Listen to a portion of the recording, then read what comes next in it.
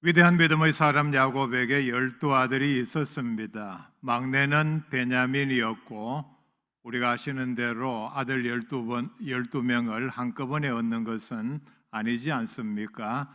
첫째, 둘째, 셋째 이런 식으로 시작해서 오랜 세월이 걸려서 12명의 아들을 얻었습니다. 마지막 12번째 아들의 이름은 베냐민입니다.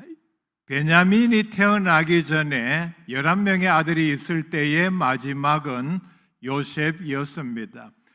야곱은 모든 아들들 가운데 특별히 요셉을 누구보다 더 사랑했습니다. 편애했다는 얘기입니다. 잘못된 일이죠. 야곱의 입장에서 보면은 그만한 이유가 있었을 것입니다. 요셉은 유일하게, 물론 뒤에 베냐민이 났습니다마는, 자기가 청춘을 바쳐서 사랑한 라헬의 아들이었기 때문입니다. 나머지 10명의 아들은 사랑하지도 않았고 처음에 마음에도 없었고, 또 어쩌면은 라헬을 얻기 위해서 덤터기로 뒤집어 쓴 레아의 소생이었기 때문입니다. 야곱은 요셉을 특별히 사랑했는데 어려서부터 형들의 시기를 초래할 정도로 사랑을 했습니다. 유독 요셉에게만 채색 옷을 입혔습니다. 부자 귀족들이 입는 옷이었습니다. 너는 특별한 아들이다. 이 의미 외에 귀족들이 입는 옷이었기 때문에 여기에는 또 하나의 뜻이 있었는데, 너는 집안일을 하지 않아도 된다. 신사복을 입고 귀족이 입는 옷을 입고 어떻게 양을 친다든지 들에서 일을 한다든지 이런 일을 할 수가 있겠습니까? 이런 일들 때문에 가뜩이나 이복 형들로부터 미움과 시기를 받는 가운데 결정적으로 요셉은 하나님께서 주신 꿈을 그들에게 얘기를 했습니다. 꿈의 내용은 이것입니다. 내가 보니 결국은 마지막에 꿈의 해석을 하자면은 모든 형제들 그리고 부모까지도 심지어 나에게 절을 합디다. 이런 얘기로 말미암아 결정적인 시기를 당하게 되었고, 그리고 형들이 미워해서 먼 들에 왔을 때에 처음에는 죽이려고 하다가 죽이지는 말자, 그래도 우리 형제인데, 그래서 애굽으로 가는 상인들에게 돈을 받고 팔아넘겼습니다. 애굽에서 요셉은 왕의 친위대장 보디발의 집에 종으로 들어가서 생활을 했습니다. 전적으로 하나님을 의지했고, 그리고 그 자신이 신실한 사람이었기 때문에 주인의 신임을 입어서 모든 것을 총괄하는 자리에까지 올라갔습니다. 그런데 여기에 또 하나 좋지 않은 일이 일어났는데, 주인 부인의 모함으로 감옥에 들어가게 되었습니다. 그곳에서도 하나님께서 함께 하셨고 왕의 꿈을 해몽해 주고 이레악 애굽의 총리가 되었습니다. 총리가 되어서 하나님께서 주신 지혜로 나라를 잘 다스려서 주변 모든 나라에 흉년이 들었지만은 애굽에 풍년이 들었을 때에 곡식을 잘 보관해서 자기 나라 백성뿐만 아니라 주변 나라들의 돈을 받고 이렇게 양식을 팔아서 굶어 죽게 하는 일들을 면하게 하였습니다. 자, 오늘 읽지는 않았지만은 이제 42장 1절 말씀부터 이런 얘기가, 사건이 시작이 됩니다.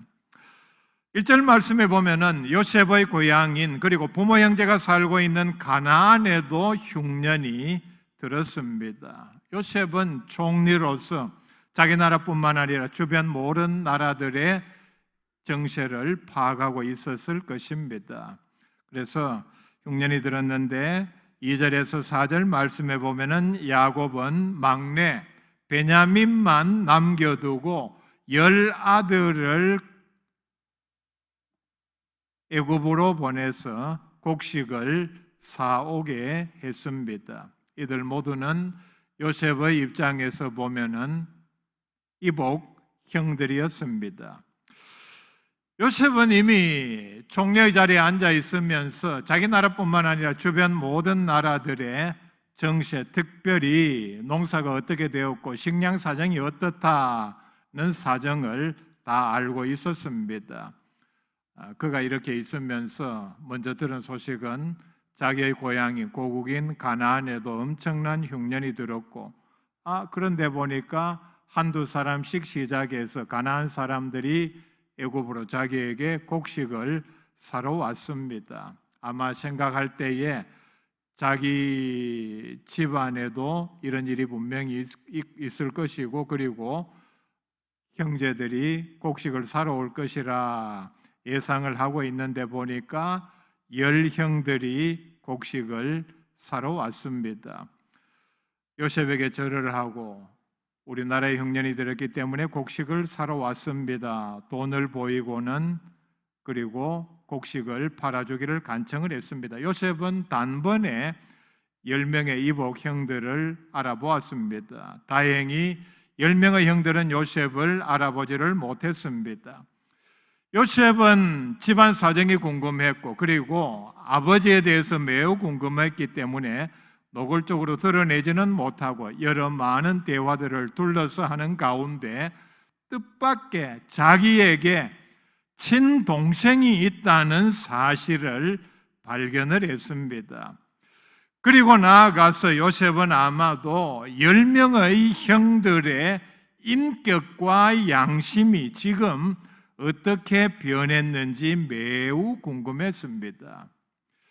왜냐하면 과거의 어린 자신을 죽이자 이렇게 시작해서 결국은 한 형의 만류로 죽이지는 말고 애굽의 종으로 팔아버린 그 잔인함을 분명히 기억하고 있었기 때문입니다. 아마 구덩이에 집어넣었을 때에, 죽이자고 했을 때에, 한참 내버려 두었을 때에, 그리고는 끄집어내서 애굽으로 가는 상인들에게 파는 과정에서 그런 위기는 처음이었기 때문에 아마 울며 불면서 그리고 사정을 하면서 살려달라고 애걸복걸했을 것입니다. 그럼에도 매정하게 팔아버린 그 형들의 잔인함을 어떻게 잊을 수가 있겠습니까? 형들의 잔인함은 이것뿐만이 아니죠. 창세기 34장에 보면은 그들의 여동생 디나가 강간을 당하고, 강간을 한 세겜이 예뻐서 그렇겠죠. 이제 이렇게 됐으니까 우리가 그냥 넘어갈 것이 아니고 서로 결혼을 하자, 거래도 하고 통혼을 하면서 부족 간에 친하게 지내자, 이렇게 제안을 했을 때에 요셉의 형들은 그들에게 이런 제안을 합니다. 원래 우리와 당신은 상종할 수 없는 사람인데 일이 이렇게 되었으니까 이것은 무슨 흉계입니다. 너희들도 우리처럼 할례를 받으면은 동생을 너희들의 아내로, 며느리로 주는 것을 내가 우리들이 허락을 하겠다. 이렇게 해서 그들 모든 남자들이 할례를 받게 해서 3일째에 고통이 가장 극심할 때에 요셉의 형들 가운데 시몬과 레위가 칼을 가지고 가서 제대로 움직일 수 없는 그 성의 모든 남자들을 다 죽일 정도로 요셉의 형들은 매우 이렇게 난폭하고 잔인한 사람들이었습니다. 오늘 이 사건이 있었던 관점에서 보면은 이 일은 27년 전의 일이었습니다. 이런 생각, 양심과 인격이 어떻게 바뀌었는가? 그 다음에 또 하나는 하나님의 구원 계획이기도 합니다. 요셉은 아버지와 식구들을 기근으로부터 구해서, 지금 가나안에 기근이 심하니까, 그리고 요셉이 하나님께서 주신 꿈으로부터 깨달은 뜻이 있죠. 이 기근이 지금 단기간에 끝날 일이 아니다. 한참 지속될 터인데, 그렇다면은 아버지 그리고 식구들이 다 굶어 죽을 위기에 처해 있으니까 구해서 애굽으로 모셔오고 싶은 계획이 있었습니다.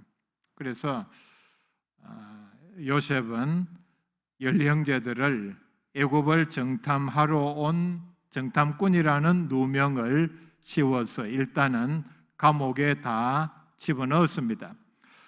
3일 후에 10형들을 다 끄집어낸 다음에 자기의 신분을 밝히지 아니하고 이렇게 제안을 합니다. 너희들 말대로 너희들이 우리나라를 정탐하러 온 정탐꾼이 아니라면은 그 증거로 너희들이 전에 말한 대로 너희 집에 한 명의 동생이 있다고 했는데, 그렇다면은 너희들 가운데 한 명을 여기 인질로 남겨두고 일단 곡식을 가져가서 집에다가 갖다 주고 한 명의 동생을 다시 데리고 오너라. 그렇다면은 내가 너희들의 진실됨을 믿고, 그리고 너희들은 우리와 거래도 하고 양식도 계속해서 사 먹을 수 있는 권한을 주겠다.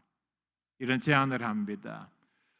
형들은 이 제안을 거절할 수 없죠. 절대 권력자의 말이고, 요셉은 여기서 단단히 마음을 먹고 이렇게 한 명을 인질로 잡겠다는데, 그리고 만약에 너희들이 돌아오지 않으면은 그 형을 죽여버리겠다, 그렇게 얘기를 하니까 이 형들은 받아들이지 않을 수 없었습니다. 그리고 곡식을 파는 것처럼 하고는 사람을 시켜서 받은 돈을 전부 그들 모르게 각자의 자루에 다 도로 집어넣어서 그들에게 돌려주었습니다.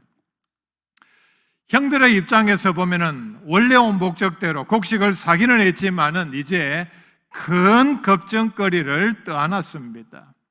걱정거리가 뭐냐 하면은 아버지가 과연 과거에 요셉을 잃어버렸는데 이번에 또다시 베냐민을 애굽으로 데려가도록 허락을 할 것인가? 베냐민을 다시 애굽으로 데려오지 않으면은 시몬은 인질로 잡혀서 죽습니다. 물론 요셉이 죽이지는 않겠지만은 그들 입장에서는 그렇게 할 수밖에 없다. 분명히 죽일 것이라 생각을 했을 것입니다. 그렇게 되면 우리는 다시 양식을 사러 애굽에 가지도 못하고, 그러면은 흉년이 계속되면 우리는 굶어 죽는다. 매우 난감한 입장이었습니다. 자, 오늘 읽을 말씀 그 읽기 전까지 이런 배경을 가지고 있습니다. 26절 말씀부터 이렇게 시작을 합니다. 이런 난제를 안고 26절에 그들이 곡식을 나귀에 싣고 이제 집을 향해서 떠났습니다. 27절에 보면은 여관에서 나귀에게 먹이를 주려고 자루를 풀고 본즉 그 돈이 자루 아기에 그대로 들어 있었습니다. 여기에서 형제들은 충격을 받았습니다. 충격받은 이유가 뭡니까? 이제는 도둑 누명까지 뒤집어 쓰게 되었습니다. 처음에 받은 누명이 뭡니까? 정탐꾼이라는 누명이죠. 정탐꾼이 아니라는 것을 입증하기 위해서는 매우 어려운 과정을 거쳐서 베냐민을 애굽의 요셉 앞에 데려다가 세워야 하는데, 이제는 도둑 누명까지 뒤집어 쓰게 되었으니까 이것을 알았다면은 애굽 군대가 지금 추격에 올지 모른다는 위기에 사로잡히게 되었습니다. 그래서 이 사실을 알게 되었을 때에 28절 말씀에 보면은 그들이 혼이 나서 떨며 서로 돌아보며 말하되 하나님이 어찌하여 이런 일을 우리에게 행하셨는가 하고, 자, 이 말씀에 보면은 혼이 나서 떨며 서로 돌아보며 말하되, 요셉의 형들이 어떤 인간들입니까? 아까 제가 말씀을 드렸죠. 눈 깜짝하지 아니하고 여동생을 구하기 위해서 그들을 속이고 칼로 그 동네 모든 사람들을 다 죽일 정도로 끔찍한 일도 아무렇지 않게 하는 이런 형들임에도 불구하고 혼이 나서 떨며 서로 돌아보아 이런 말을 하는 지경에 이르게 되었습니다. 그들 스스로 한탄하며 어쩌면은 하나님을 원망하는 말을 합니다. 하나님이 어찌하여 이런 일을 우리에게 행하셨는가? 1차적으로는 그들의 모든 잘못과 책임을 하나님에게 돌리고 있습니다.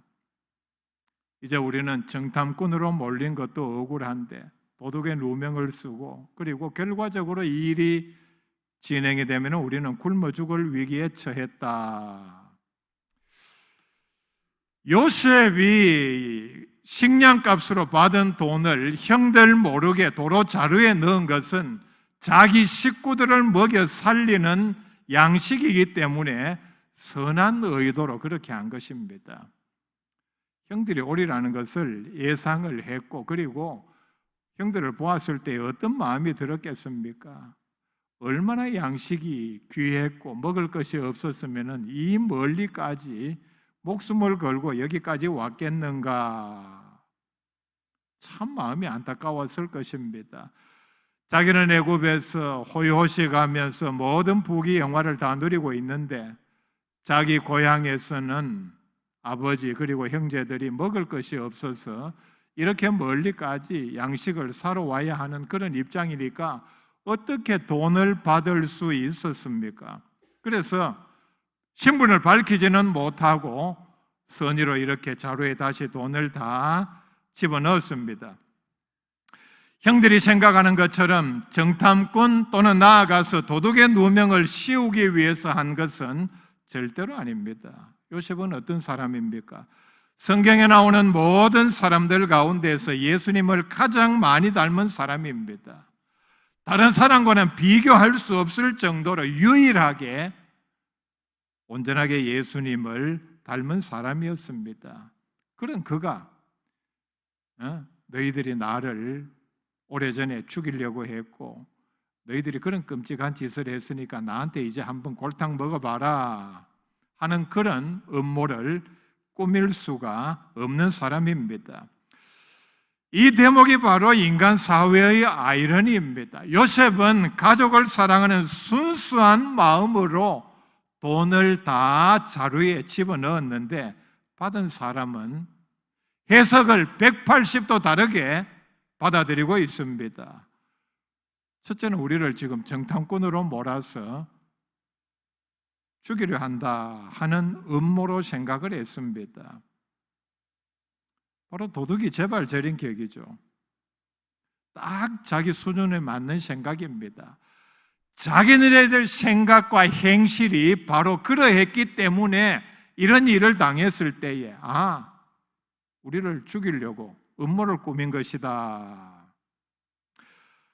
과거에 지은 죄 때문에 하나님이 진노하셨고 이 일 때문에 우리는 벌을 받게 되었다. 이렇게까지 생각을 합니다. 자, 반대로 그들의 행실이 선했고 과거에 그런 끔찍한 죄를 짓지 않았다면 이런 생각을 할 리가 없죠. 요셉의 선의를 몰랐다 하더라도 어째 이런 착오가 생겼는가? 나중에 다시 돌아가서 사정을 설명하고 돈을 다 돌려주면 그만입니다. 이게 과거에 그런 끔찍한 죄를 짓지 않은 선한 사람들의 일반적인 생각입니다. 근데 자기네들이 그런 짓을 했고 그런 사람들이니까 이런 상황에서 아무리 선의로 어떤 일을 행해도 그렇게밖에 받아들일 수 없는 입장입니다. 우리가 돌아봐야 할 대목입니다. 사람 사이에서 선의로 어떤 일을 했는데 받아들인 사람은 180도 왜곡해서 받아들이고 오해를 하고 그것 때문에 분란이 일어나는 그런 일들을 많이 봅니다. 이런 때에는 그 사람이 받아들인 사람이 어떻게 제대로 생각하고 받아들였는가 하는 것을 우리가 먼저 돌아보아야 합니다. 놀라운 사실은 이 일에 하나님께서 역사하셨습니다. 보통 사람 같으면, 보통 상황 같으면은 그냥 오해로, 해프닝으로 넘길 일도 하나님께서 역사하셨기 때문에 형들의 입장에서 제일 먼저 다급하게 되니까 이제 그들의 죄를 돌아보며 뉘우치게 하셨습니다. 요셉이 너희들 집에 있다고 하는 막내 베냐민을 데려와서 너희들의 진실함을 입증하라 이렇게 제안하면서 둘째 시므온을 인질로 잡았을 때에 그들은 20년 전의 죄를 생각하고 뉘우치기 시작을 했습니다. 21절 말씀 봅시다. 이런 제안을 받게 되자 그들이 서로 말하되 우리가 아우의 일로 말미암아 범죄하였도다. 그가 우리에게 액을 할 때에 그 마음의 괴로움을 보고도 듣지 아니하였으므로 이 괴로움이 우리에게 임하도다. 이제 이 일을 당하니까 형제 중에 하나를 잃을 상황이 되니까 이제 20년 전의 일을 생각하고 그들 서로 말하며 뉘우치고 있습니다. 22절에 르우벤이 그들에게 대답하여 이르되 내가 너희에게 그 아이에게 대하여 죄를 짓지 말라고 하지 아니하였더냐. 그래도 너희가 듣지 아니하였느니라. 그러므로 그의 핏값을 치르게 되었도다 하니. 놀라운 반전입니다. 이 일을 당하니까 이제 20년 전의 일을 생각하고 우리가 그 일 때문에 이제 우리가 그 대가를 치르게 되었다. 뉘우치는 광경을 봅니다. 그 죄 때문에 우리가 이런 어려움을 당한다. 위기와 고통 가운데에서 제일 먼저 우리는 우리 자신을 돌아보며 하나님을 찾아야 합니다. 이사야 55장 6절에 너희는 여호와를 만날 만한 때에 찾으라. 가까이 계실 때에 그를 부르라. 하나님을 만날 만한 때, 하나님을 찾을 때, 하나님이 가까이 계실 때가 언제입니까? 물론 항상 가까이 계십니다. 우리 스스로 주관적으로 생각할 때에 하나님께서 우리 가장 가까이 계실 때는 바로 우리가 위기를 만났을 때입니다. 우리가 어려운 가운데, 곤고함 가운데, 특별히 좌절에 빠져 있을 때에 하나님은 가장 우리 가까이 계십니다. 우리가 이 사실을 잊지 말아야 합니다. 그게 바로 위기를 벗어나는 가장 확실한 방법입니다. 9명의 아들은 아버지 야곱에게 돌아와 그간 애굽에서 있었던 일을 상세하게 보고를 합니다. 35절 말씀입니다. 각기 자루를 쏟고 본즉 각 사람의 돈뭉치가 그 자루 속에 있는지라 그들과 그들의 아버지가 돈뭉치를 보고 다 두려워하더니. 자루 하나에서 나온 돈뭉치만 보고도 그들은 어떠했습니까? 혼이 나서 떨며 두려워했는데 집에서 모든 자루를 다 쏟아보니 거기에 다 또 돈이 들어있었습니다. 그래서 이제는 아버지까지도 그리고 멀리 가나안까지 왔음에도 돈뭉치를 보고 다 두려워했습니다. 36절에 그들의 아버지 야곱이 그들에게 이르되 너희가 나에게 내 자식들을 잃게 하도다. 요셉도 없어졌고 시몬도 없어졌거늘. 인질로 잡혀 있죠. 그런데 야곱은 이제 시몬도 잃는 것은 시간 문제다 생각합니다. 그 다음에 베냐민을 또 빼앗아 가고자 하니 이는 다 나를 해롭게 함이로다. 분노하며 절망을 하고 있습니다. 이때에 37절 말씀에 보면은 장자 르우벤이 이런 말을 합니다. 그의 아버지에게 말하 이르되 내가 그를 아버지께로 데리고 오지 아니하거든 내 두 아들을 죽이소서. 그를 내 손에 맡기소서. 내가 그를 아버지께로 데리고 돌아오리이다. 내가 책임지고 내 동생 시몬을 데리고 올 테니까 만약에 그렇게 하지 못하면은 아버지의 손자 내 두 아들을 아버지 손에 맡깁니다. 죽여도 좋습니다. 이렇게 자신의 두 아들을 담보로 내어놓습니다. 진짜 이 당시에는 글자 그대로 자식간이지만은 또 손자도 이렇게 그 부모가 할아버지가 처단할 수 있는 그런 권한이 있었습니다. 데리고 돌아오지 못하면은 죽여도 무방합니다. 장자 르벤의 입장에서 보면은 자기 자신이 그냥 자기 동생 시몬을 포기하고 애굽으로 돌아가지 않으면은 물론 베냐민의 안전을 확보할 수 있고, 그리고 자신의 두 아들을 잃지 않아도 되지만은 동생 시몬을 데려오기 위해서 자신의 두 아들을 희생시키기로 결단을 했습니다. 이 대목은 그의 진정입니다. 처음에 야곱은 막내 베냐민을 데리고 가는 것을 허락하지를 아니했습니다. 그런데 43장에서 보면은 가나안의 기근이 심하여서 양식이 떨어지자 결국은 베냐민을 데리고 가는 것을 허락을 합니다. 뒤의 사건을 간략하게 정리를 하면은 요셉이 친동생 베냐민을 보고서 마침내 형들에게 자신이 요셉임을 밝혔습니다. 밝힘과 동시에 또 뒤에도 그런 말이 나옵니다. 형들의 모든 잘못을 용서하고 아버지 야곱을 모시고 오게 해서 만나고, 그리고 모든 식구들이 애굽에 이주해서 번성해서 나중에 이스라엘 민족을 형성하게 하는 그 사건이 바로 오늘 이 사건에 나온 내용입니다. 때로 우리도 살아가다 보면은 요셉의 형들이 28절에서 할 수밖에 없었던 말을 하는 상황이 일어날 수도 있습니다.